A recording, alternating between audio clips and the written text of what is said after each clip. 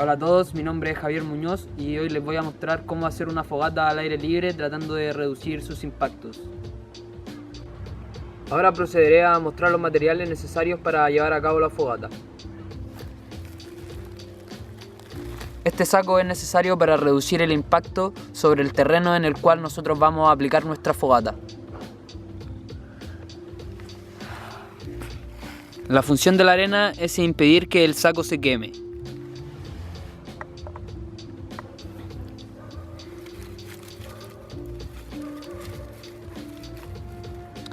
Lo importante de los palos es que estos no deben ser más anchos que el dedo gordo ni más largos que el antebrazo.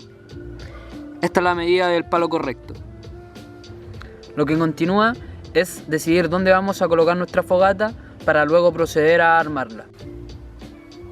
Lo principal es decidir dónde vamos a colocar nuestra fogata, que sea un terreno libre.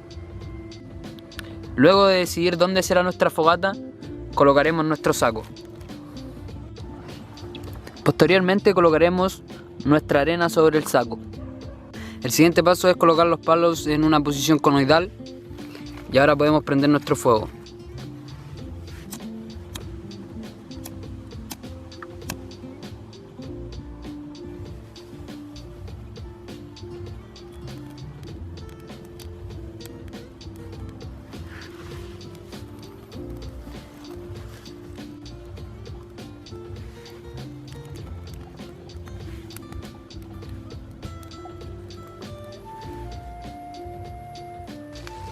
Lo importante ahora es esparcir bien los restos, que no queden acumulados.